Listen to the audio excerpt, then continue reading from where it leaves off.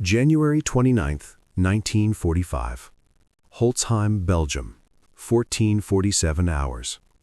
First Sergeant Leonard Funk, Jr. rounds the corner of a battered farmhouse and stops dead.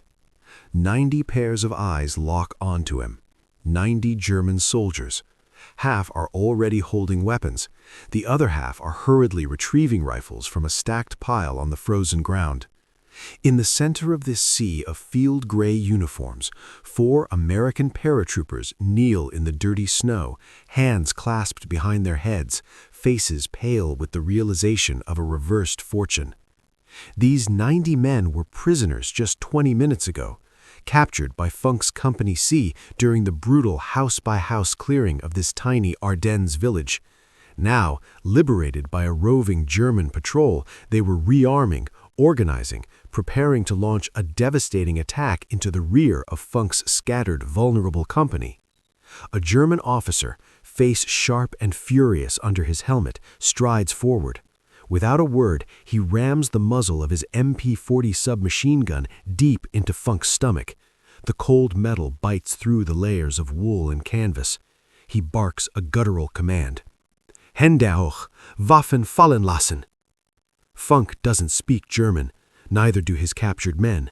The officer's scream escalates, spittle flying, his face flushing crimson with rage and impatience.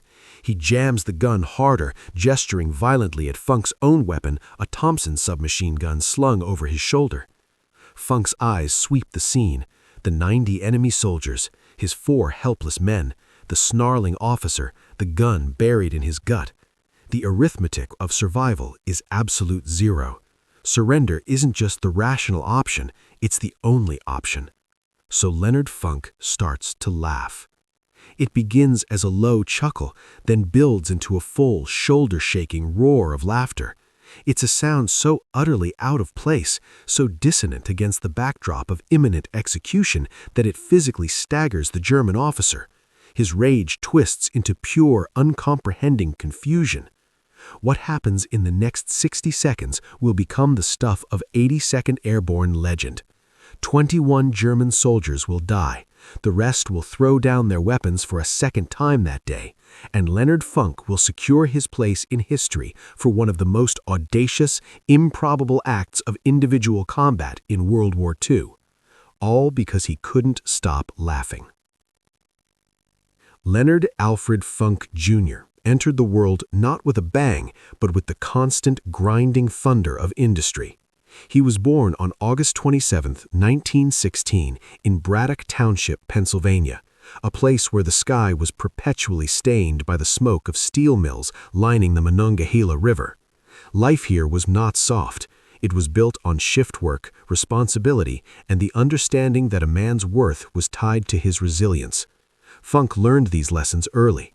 The Great Depression hit when he was a teenager, stripping away illusions about an easy future. By the time he graduated from high school in 1934, he was already a caretaker, helping to support his family. He found work as a store clerk, a job demanding patience, organization, and an unflappable demeanor.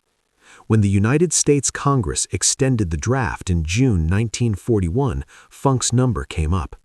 In the induction center in Wilmerding, Pennsylvania, the Army physical examiner saw a 24-year-old man standing 5'5" and weighing 140 pounds. The file likely suggested clerical duties or some rear echelon assignment. They drastically underestimated the steel forged in Braddock. Funk volunteered for the paratroopers. In 1941, the American Airborne was a radical, untested experiment. The very concept, jumping from perfectly good airplanes behind enemy lines to fight while surrounded, was viewed by many in the conventional military as borderline suicidal. The volunteers it attracted were a self-selecting breed of mavericks, thrill-seekers, and men deeply dissatisfied with the ordinary. The training was designed to break this spirit, to winnow out those who lacked the unique combination of physical toughness, mental agility, and sheer nerve. It began at Fort Benning, Georgia, the infamous Ground Week and Tower Week. Days were a blur of merciless physical conditioning, long runs in full gear, endless calisthenics, obstacle courses designed to produce exhaustion and failure. They practiced parachute landing falls, PLFs, until their bodies were a tapestry of bruises, leaping from platforms and rolling in the Georgia clay. Then came the 250-foot towers, where they were hoisted into the air and dropped, learning the violent jerk of canopy deployment and the hard, unforgiving earth rushing up to meet them. The culmination was the jump from a C-47 Skytrain. There is no way to fully articulate the sensation of that first live jump. The roar of the twin engines, the icy slipstream screaming through the open door, the red light glowing, then the abrupt switch to green, then the jump master's slap on the leg and the inevitable step into nothingness at 1,200 feet. The prop blast is a physical blow. For a terrifying second, you tumble. Then the canopy snaps open with a sound like tearing canvas, and a profound, eerie silence descends, broken only by the wind in the shroud lines. Below you is not a training field, but the world, miniature and deadly. Funk thrived in this crucible. He earned his silver jump wings, a badge of honor that marked him as part of an emerging elite. He was assigned to Company C, 1st Battalion, 508th Paratrooper Regiment. By late 1943, the regiment had shipped out to England, eventually joining the legendary 82nd Airborne Division, the All-Americans, who already had combat jumps in Sicily and Italy under their belts. At 27, he was an old man among the paratroopers, many of whom were teenagers or just into their 20s.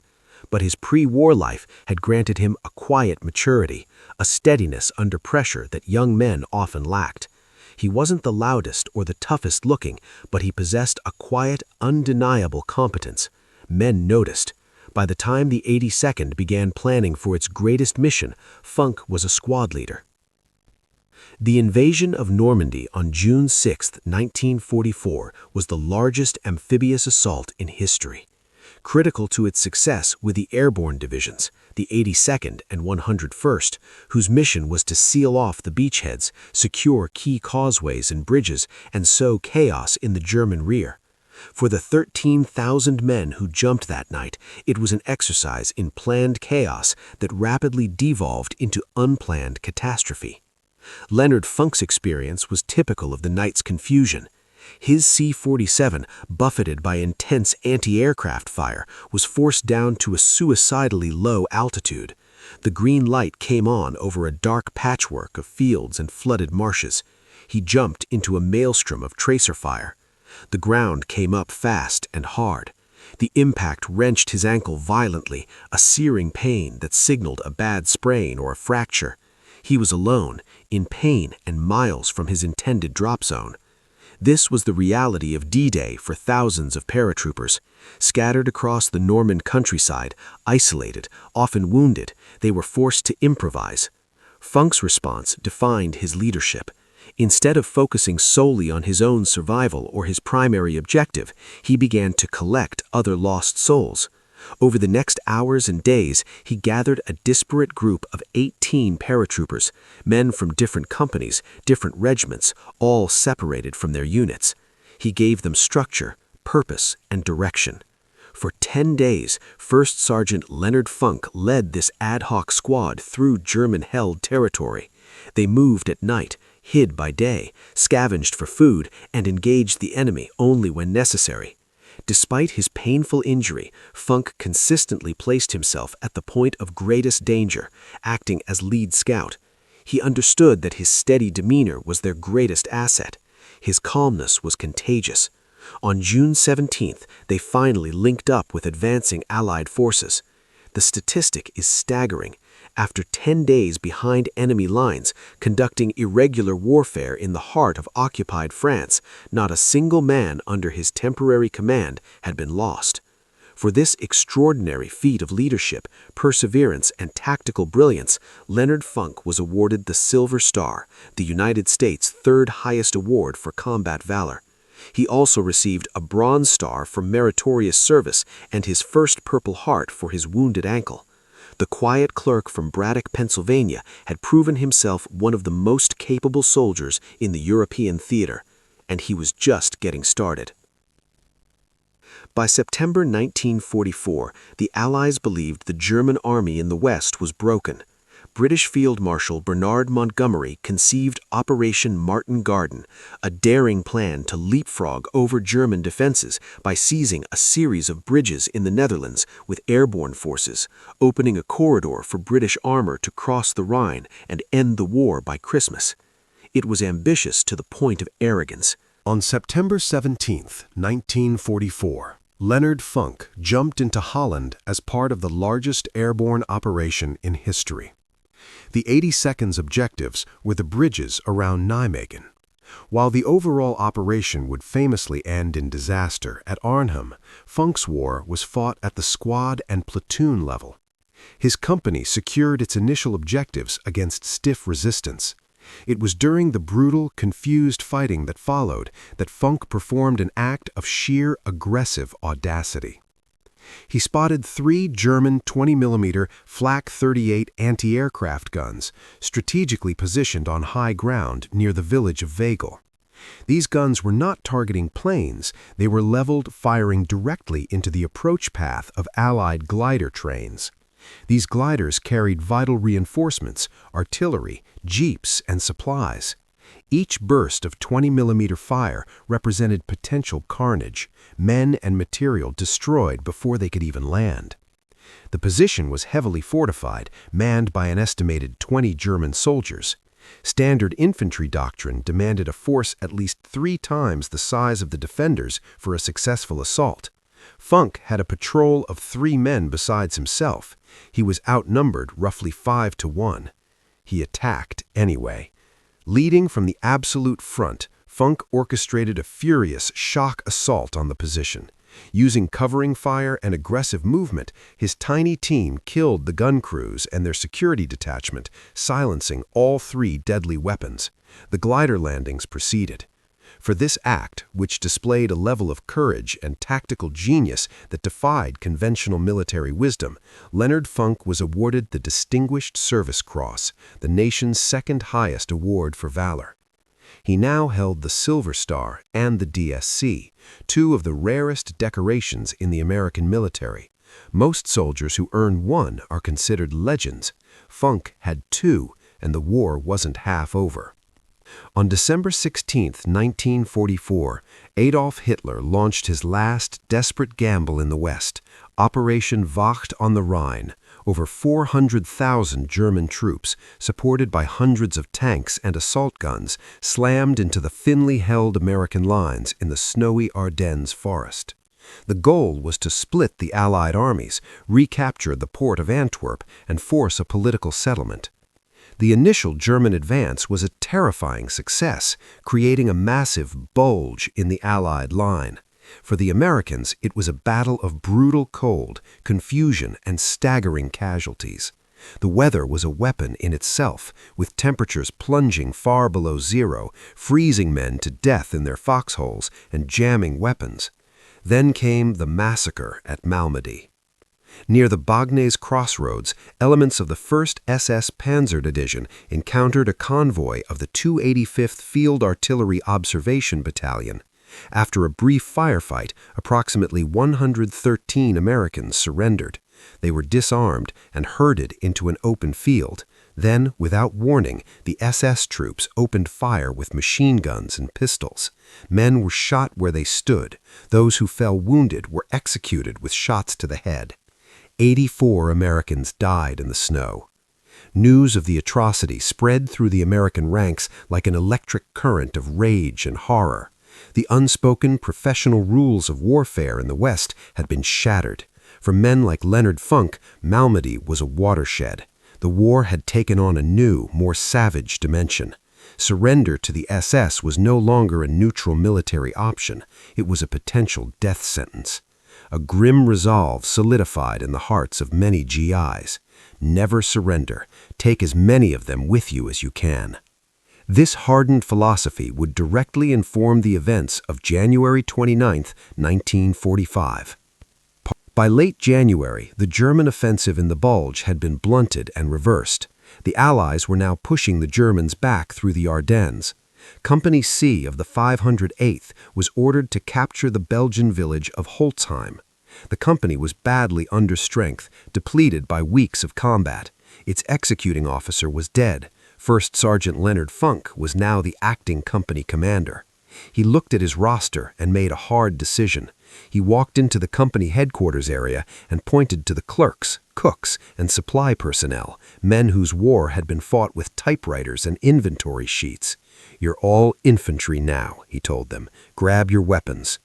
He formed them into a makeshift platoon and led them on a grueling 15-mile march through waist-deep snow and a blizzard under sporadic German artillery fire.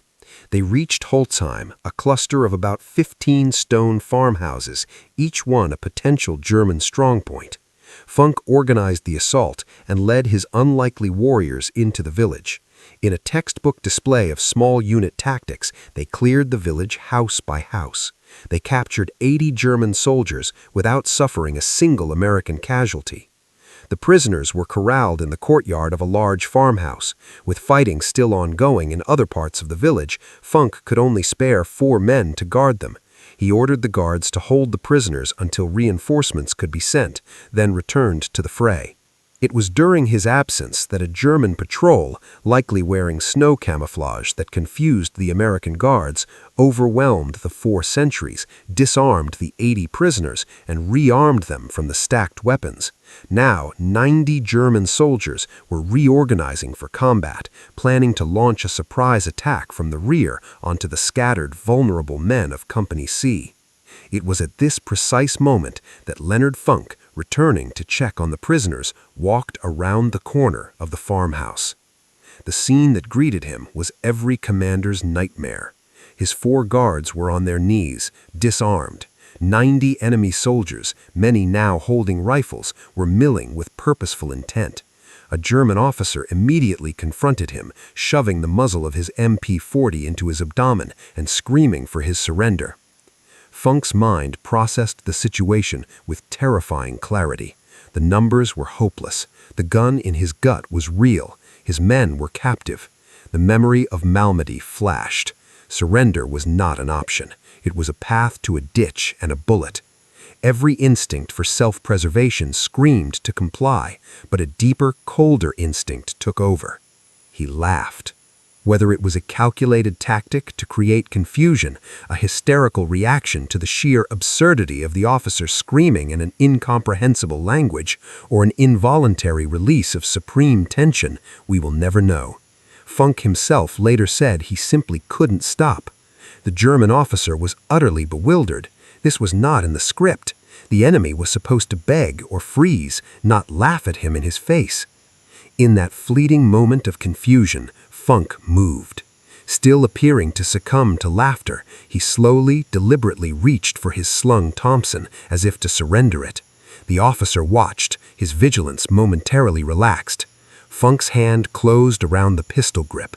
In one fluid, lightning-fast motion, he swept the muzzle down, pointed it at his officer's chest, and squeezed the trigger. The .45 caliber rounds tore into the German at point-blank range. Funk didn't wait to see him fall. He pivoted, the Thompson chattering on full automatic, hosing a devastating arc of fire into the closest clusters of German soldiers. At the same time, he roared at his 4 guards, "Pick up their weapons, now!" Chaos erupted. The Germans, caught completely off guard and with their leader dead, scrambled. Some fired wild shots, one of which killed another American soldier who had been with Funk. But the initiative had been seized with brutal finality. Funk's guards scrambled for discarded German rifles and joined the fight.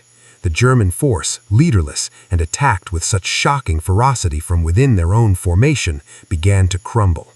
The firefight lasted less than 60 seconds. When the gun smoke cleared, 21 German soldiers lay dead in the churned snow. 24 more were wounded. The remaining 40-odd, stunned and demoralized, threw down their weapons and surrendered again. Leonard Alfred Funk, Jr. stood amidst the carnage, the smell of cordite sharp in the cold air, his Thompson empty and smoking.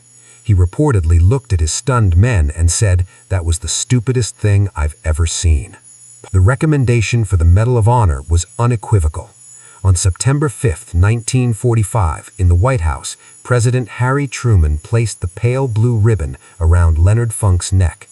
Gazing at the medal, Truman famously said, "I'd rather have this medal than be President of the United States." Leonard Funk's tally from World War II is almost incomprehensible. Medal of Honor, Holzheim. Distinguished Service Cross, Weigel, Holland. Silver Star, Normandy. Bronze Star, Meritorious Service.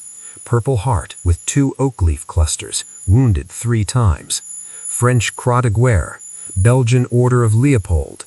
Dutch Military Order of William, the Netherlands' highest award, equivalent to the Victoria Cross. He was, by any metric, one of the most decorated American paratroopers of the war. And then he went home. There was no book tour, no lecture circuit, no Hollywood film. Leonard Funk returned to Pennsylvania and took a job with the Veterans Administration in Pittsburgh. For 27 years, he sat behind a desk, using the same clerical skills he'd learned before the war, but now in service to other veterans. He helped them navigate bureaucracy, process claims, and secure the benefits they had earned. He rose to become division chief of the Pittsburgh Regional Office. He married, raised 2 daughters, and lived a quiet, unassuming life in McKeesport. His medals resided in a case, seldom discussed. When asked about Holzheim, about the laughter and the fight, he would shrug and offer only, "I did what I had to do." Leonard Alfred Funk, Jr. died of cancer on November 20th, 1992, at the age of 76. He was buried with full honors at Arlington National Cemetery. At the time of his death, he was the last surviving Medal of Honor recipient of the 82nd Airborne Division in World War II. The story of Leonard Funk is not merely a thrilling combat anecdote. It is a profound lesson in the nature of courage, leadership, and the human spirit under impossible pressure. Courage, Funk's story tells us, is not the absence of fear. It is the ability to think, to act when fear has paralyzed everyone else. At Holzheim, the mathematical, logical, and tactical realities all dictated surrender. Funk saw a different equation. He saw the certainty of a Malmedy-style execution and the vulnerability of his company. His laughter was the catalyst that broke the logical chain, that introduced chaos into the enemy's plan and created a window, measurable in mere seconds, in which the impossible became possible. His leadership was never of the flamboyant, chest-thumping variety.